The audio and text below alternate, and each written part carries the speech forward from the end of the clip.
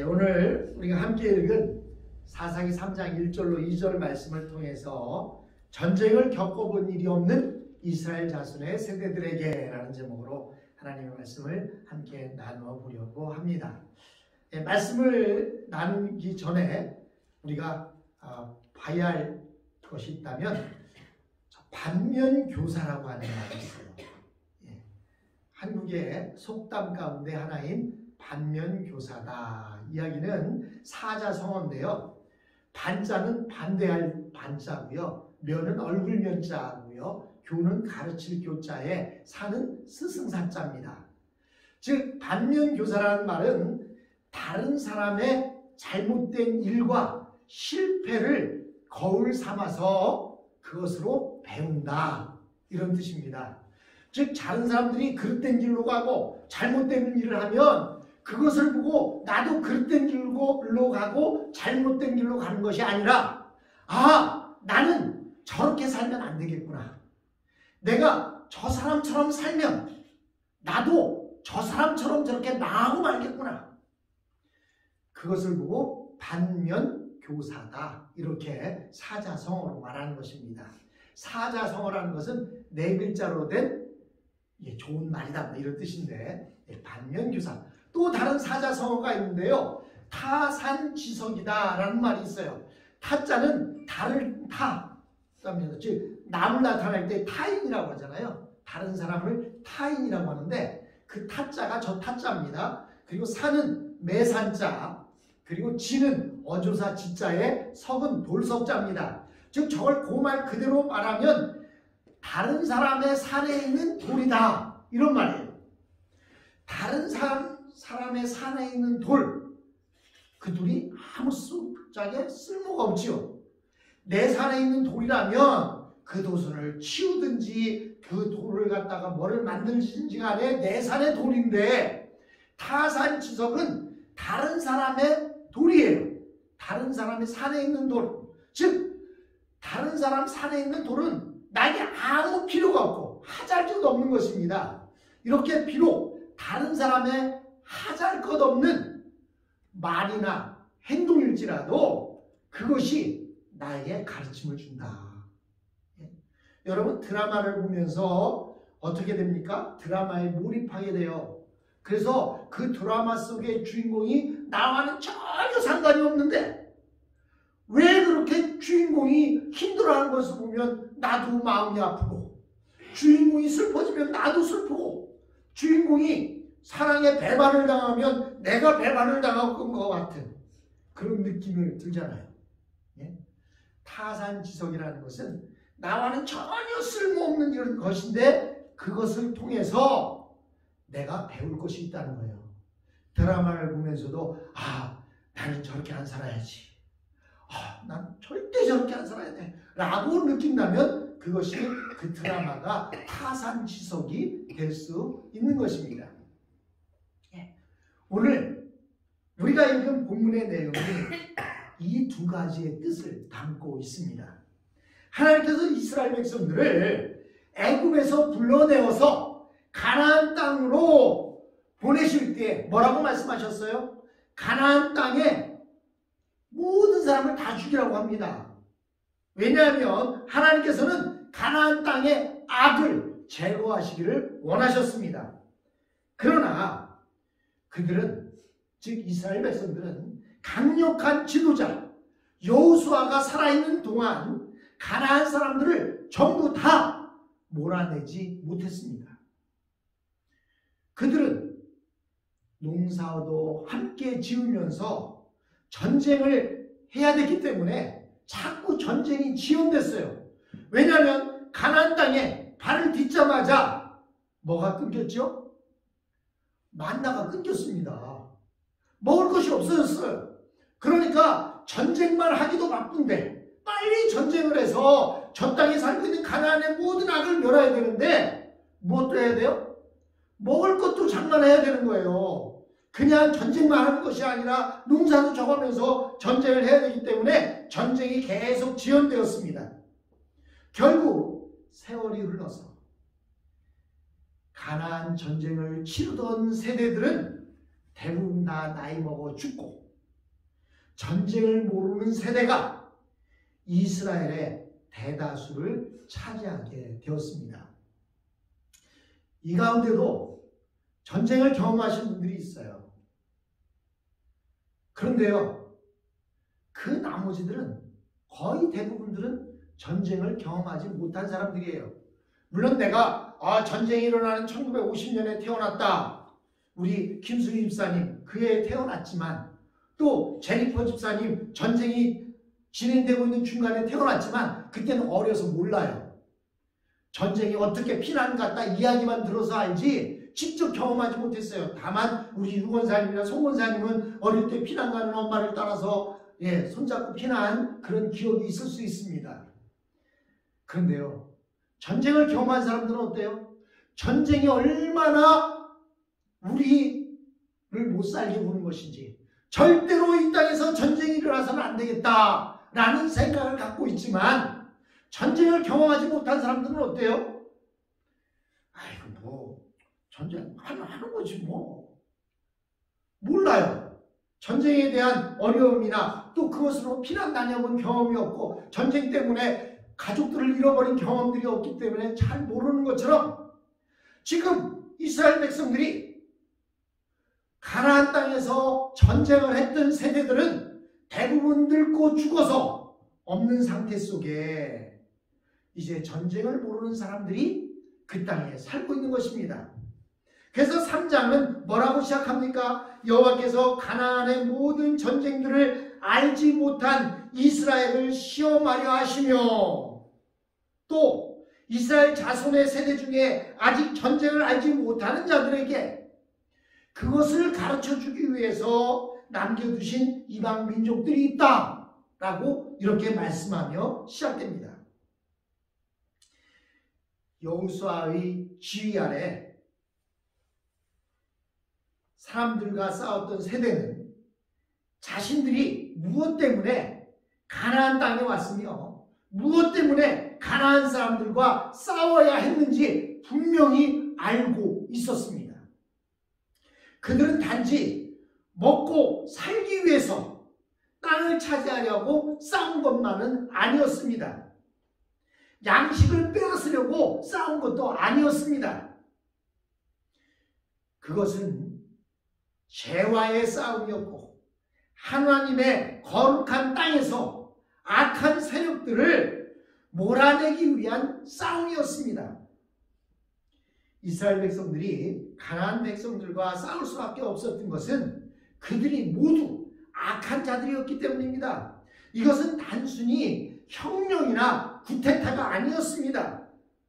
정권을 가진 자들이 부패한 사람들과 그 부패한 정권을 가진 사람이 부패해지면 그때에 군사 구테타가 일어난다든지 또는 정변이 일어나게 됩니다. 이렇게 정변을 일으키고 나면 그들이 정권을 다시 잡아요. 근데 잡고 나면 어떻게 돼요? 자기 밑에 사람들이 다 생각이 자기와 같지 않아요. 그러다 보니까 누구와 손을 잡아요? 악한 사람들, 간신들, 이런 사람들과 손을 잡게 됩니다. 그렇게 되면 처음 취지는 악을 몰아내겠다고 정변을 일으켜서 정권을 잡았는데 결국 자기도 모르는 사이에 자기도 그 전에 그 왕이나 그 정권을 가진 사람들과 똑같이 하고 있는 모습을 볼 수가 있게 됩니다. 그런데요, 이렇게 겉의 모습으로 사람을 변화시킬 수는 없어요. 겉만 번지르하다고 사람이 변화되는 것이 아닙니다. 일시적인 제도로는 개혁을 일으킬 수 있을지는 몰라도 근본적으로 정신을 변화시킬 수는 없습니다. 하나님께서 이스라엘 백성들에게 저 가나안 땅을 정복하라고 시키신 것은 구테타 정도가 아니라 가나안을 아예 근본적으로 다 뒤집어 엎으라는 것입니다. 그래서 살아있는 것은 모두 다 죽이라고 이렇게 말씀하셨던 것입니다. 완전히 청소하라는 거예요. 그런데요, 최근에 민족 분쟁들이 일어나는 것들이 있습니다. 보스니아 내전이라든지 라이베리아 내전이라는 것이 있어요. 내전이라는 게 뭐냐면 그 안에서 서로 싸운다는 겁니다. 예를 들어서 일본이 한국에 쳐들어와서 싸우는 것이 아니라 남한과 북한이 싸우는 것, 그걸 보고 내전이라고 하는 거예요. 같은 나라 사람들끼리 패를 나눠서 싸우는 것. 그런데 이 보스니아라고 하든지 또는 라이베리아라고 하는 지역에는요, 우리는 대한민국은 하나의 민족이에요. 그죠? 한민족이라고 합니다. 그래서 민족이 하나예요. 근데 이 보스니아나 라이베리아는요, 서로 다른 민족이 살고 있어요. 서로 다른 민족이 한 나라를 이루고 있다 보니까 서로 싸우는데 어떻게 싸우냐면 아예 다른 민족을 삭슬이 하려고 싸웁니다. 닥치는 대로, 보이는 대로 다 죽여버리는 거예요. 이것을 보고 인종 청소라고 해요. 아예 다른 인종을 청소해버렸다.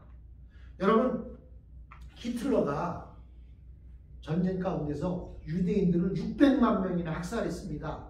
왜 그런지 아세요? 히틀러는 유대인을 너무나 미웠어요. 왜냐하면 자기의 어머니가 유대인 남자와 바람 피는 것을 알았습니다.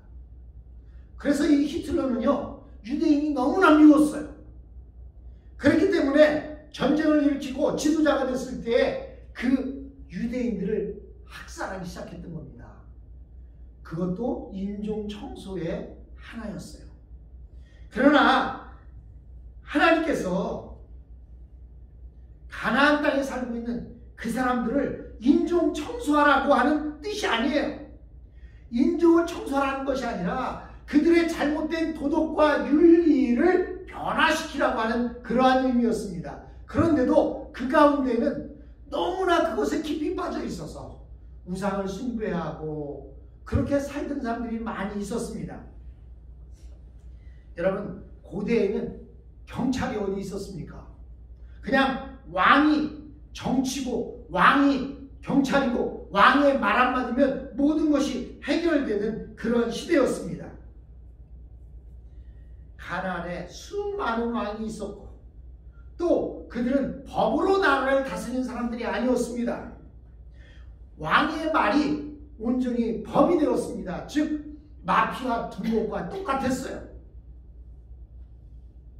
그러니까 하나님께서 일종의 경찰 국가로 이스라엘 백성들을 가나안 땅에 파견하신 것이었습니다. 그런데 세월이 흐르면서 어떤 현상이 나타났습니까? 이스라엘 백성들이 가나안 땅의 죄와 점점 가까워지기 시작하고 그것에 물들어가기 시작했습니다.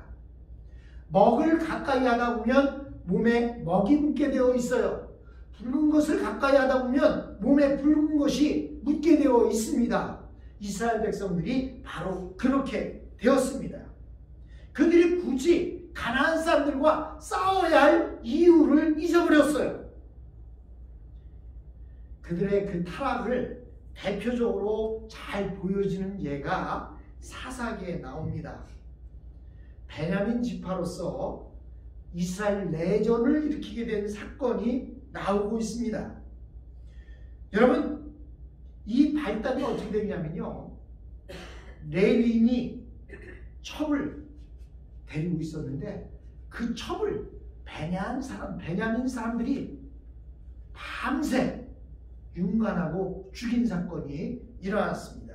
이것은요, 사사기 19장 이후에 나오는데 그때 가서 다시 다뤄보겠지만 그것은 사사기 19장에 나온다고 해서 후대에 있었던 일이 아니에요.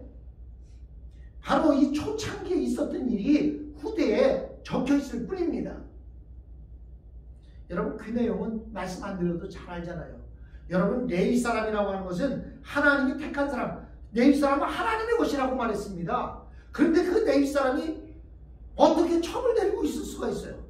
근데 이 레위 사람이 첩을 데리고 있었고 그 첩이 도망을 갔고 결국 그 첩을 찾으러 가서 데리고 오다가 이스라엘 사람들이 살고 있는 그곳에 머물렀는데 그곳에 동성연애를 즐기는 사람들이 레위인을 내놓으라고 하니까 이 레위인이 자기가 나가는 대신에 자기 첩을 내주었습니다. 그래서 밤새 그 첩이 그 사람들에게 시달림을 받다가 결국은 죽고 말았어요. 그러면 죽었으면 원통할 일인데 그 죽은 시체를 동학을 내서 어떻게 해요? 각 지파에 보냅니다. 보내고 뭐라고 얘기하냐면 저 베냐민 지파 사람들이 내 첩을 욕보이고 이렇게 죽였다 하고 그 첩의 동학을 다 보내는 거예요. 그러면 그 나머지 지파 사람들이 어떨까요? 화가 나죠. 어떻게 같은 민족끼리 사람을 저렇게 해서 죽일 수가 있어? 그래서 전체가 들고 일어났습니다. 그래서 그 전체와 베냐민 지파가 전쟁을 벌여요. 그래서 어떻게 됐습니까? 베냐민 지파의 거의 모든 남자들이 다 죽임을 당했습니다. 이 사건이 어떻게 일어나는 것입니까? 바로 이 이스라엘 백성들이 윤리적이거나 도덕적인 것에서 해이해졌다는 것을 보여주고 있어요. 어떻게 하나님의 것이라고 하나님의 성전에서 일을 해야 할 레위 사람이 첩을 두지를 않나. 또 그 첩이 죽었다고 해서 그것을 도막을 내서 각 지파에 보내지를 않나. 그것은 정신적인 해이뿐만이 아니라 영적인 해이가 그것에 나타나 있는 것을 볼 수가 있습니다. 이 사건이 의미하는 바가 무엇입니까? 이스라엘 백성들이 가나안 사람들을 너무나 닮아간 나머지 이런 일을 저지르고서도 전혀 의식하지 못하고 태연하게 살아가고 있다는 것을 보여주고 있습니다. 이렇게 도덕관이나 윤리의식이 흐려지다 보니까 가나안 전쟁을 계속해야 할 이유 또한 잃어버리게 되었습니다. 오늘날 우리 그리스도인들이 세상에 사는 것은 이 거룩한 전쟁을 치르기 위해서 이 세상을 살고 있는 것입니다. 이것은 우리와 신앙이 다른 사람들을 박해하거나 그들에게 불이익을 주기 위해서 하는 것이 아닙니다. 그렇게 하는 이유는 바로 우리 인간의 본성이 악하기 때문입니다. 그렇기 때문에 악과 우리는 전쟁을 하며 이 땅을 살아가고 있는 것입니다. 물론 지금 세상은 여호수아 때와는 많이 달라졌어요. 사사기 시대 때와 많이 달라졌습니다. 그러므로 이제 우리가 무슨 경찰이 되거나 우리가 무슨 잘못된 사람들을 잡아다가 어떻게 해야 하는 그러한 시대를 살아가고 있지는 않습니다. 그런 일들은 누가 해야 돼요? 경찰이 해야 됩니다. 예를 들면 지존파를 잡아간다든지 마피아 두목을 잡는다든지 하는 일은 우리가 해야 할 일이 아닙니다. 그것은 경찰이나 FBI가 해야 할 일들이에요. 그러나 사사기 시대 때에는 누가 해야 할 일이에요? 바로 이스라엘 백성들이 해야 할 일이었습니다. 그러면 오늘을 살아가고 있는 우리들이 해야 할 일은 무엇입니까? 바로 우리가 싸워야 할 대상은 이 세상의 영적인 악한 존재들입니다. 또 이 세상의 가치관들입니다. 우리는 그것들과 싸워야 합니다. 사람들은 실제 행동만 하지 않으면 죄가 안 된다고 생각합니다. 그러나 예수님은 말씀하셨어요. 음욕을 품는 자는 이미 음행한 것이다 라고 말씀하셨습니다. 그런데 세상 사람들은요, 행동으로 옮기지만 않으면 잘못된 것이 없다는 거예요. 그래서 재판에 가서도 나는 내가 한 것이 없습니다. 증인이 없고 행한 것에 대한 어떠한 뚜렷한 증거가 없으면 죄가 되지 않습니다. 아무리 다른 사람에게 저 사람을 죽이고 싶은 그러한 느낌이 들어도 실천으로 옮기지만 않으면 죄가 되지 않는다는 것입니다. 또 사람들은 자기 욕심을 채우기 위해서라면 다른 사람들이 불행해져도 상관없다는 거예요. 나만 잘 살면 된다는 거예요. 그래서 불륜을 저지르면서도 다른 여자가 눈물을 흘리든 말든 감정에만 충실하면서 살아가려고 합니다. 우리가 이 세상에 존재하는 것은 이런 잘못된 사고방식들과 싸우기 위해서 우리들이 존재하는 것입니다. 이스라엘 백성들이 가나안 땅에 존재했던 것은 그들이 그 죄를 받아들이고 그 우상을 받아들이고 그들과 화목하면서 동화되어서 살라는 것이 아니라 그들과 싸우면서 살라는 것입니다. 그러나 실제로는 어떻습니까? 우리 역시 이런 정신적인 폭력과 성적인 타락에 익숙해져 있지 않습니까? 많은 사람들이 드라마 속에서 불륜의 모습을 보면서 저러면 안 돼! 라고 하는 타산지석이나 반면교사로 삼아야 되는데 많은 사람들은 어떻게 해요? 그것을 동경하면서 나도 저렇게 멋진 남자가 있었으면 좋겠다. 나도 저렇게 이쁘고 저렇게 정말 잘하는 여자가 내 옆에 있었으면 좋겠다 라고 생각하며 살아간다는 거예요. 나는 저러면 안 돼가 아니라 나도 저런 사람이 있었으면 좋겠다. 나도 저렇게 해보고 싶다. 나도 저렇게 불륜을 해보고 싶다. 이런 생각을 하며 살아간다는 것입니다. 그리스도인 부모들이 자녀들을 보면서 자녀들이 게임을 가지고 게임을 하는데 보통 어떤 게임을 해요? 아주 폭력적인 게임을 합니다. 막 피가 툭툭 떨어지고 막 칼로 죽이고 하는 그런 게임을 해도 에이 뭐 게임인데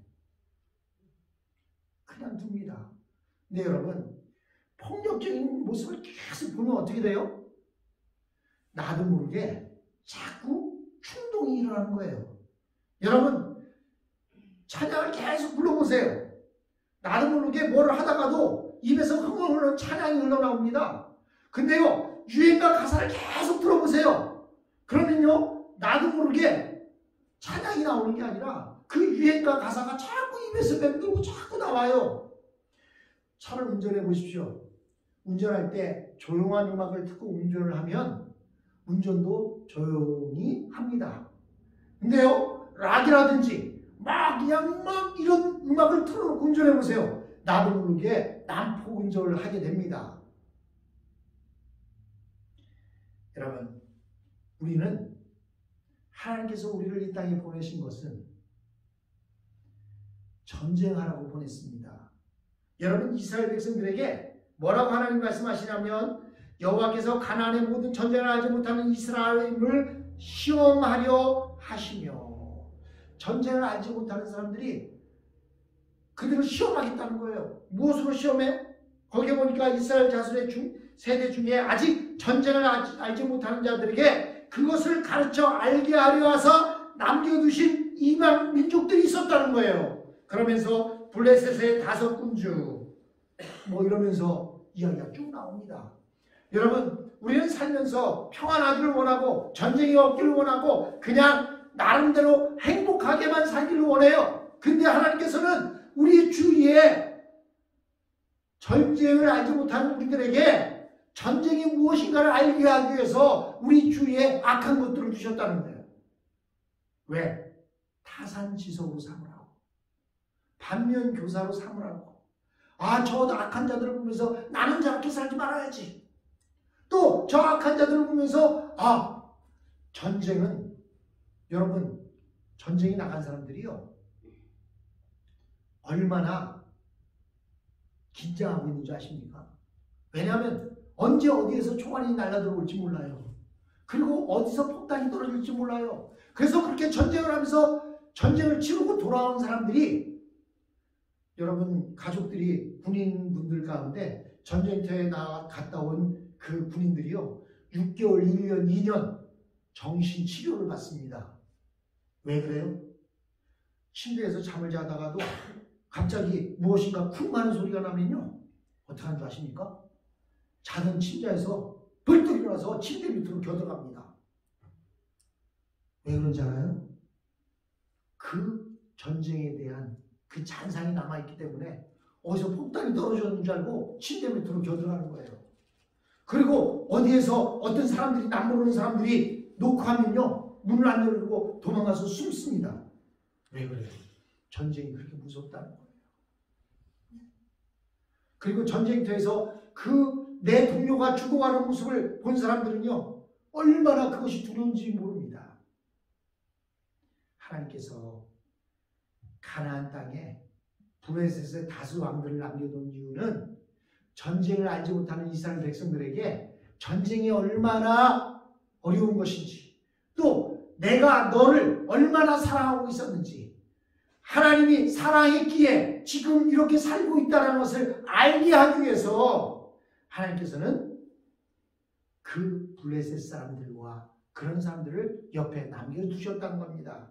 그러므로 사랑하는 성도 여러분, 여러분을 누가 힘들게 하는 사람이 있습니까? 그것은 하나님이 여러분에게 하나님을 얼마나 믿고 따르는 것이 귀하고 좋은 것인지 알게 하기 위해서 여러분 주위에 두어놓은 하나님의 사람입니다. 여러분, 평안한 날만 있으면 하나님을 잘 찾지 않아요. 힘들고 어려운 일이 있고 몸이 아프면 하나님 찾지 말라도 아이고 하나님 저 좀 고쳐주세요. 아이고 하나님 저 너무 힘듭니다. 기도하지 말라고 해도 기도해요. 사랑하는 성도 여러분, 평안할 때 더 하나님 앞에 매달리십시오. 그렇게 하지 않으면 하나님께서 여러분들에게 전쟁을 알게 하기 위해서 여러분을 괴롭게 하는 사람들을 옆에 붙이신다고 말씀하고 있습니다. 그 사람이 붙어지기 전에 하나님 앞에 기도하세요. 또 혹시 나를 힘들게 하고 어렵게 하는 사람이 있으면 내가 하나님 앞에 바로 서야지. 내가 하나님 앞에 바로 서 있지 않으니까 저런 사람들을 내 옆에 붙여서 나로 하여금 하나님을 찾게 하시는구나 라고 깨닫는 저와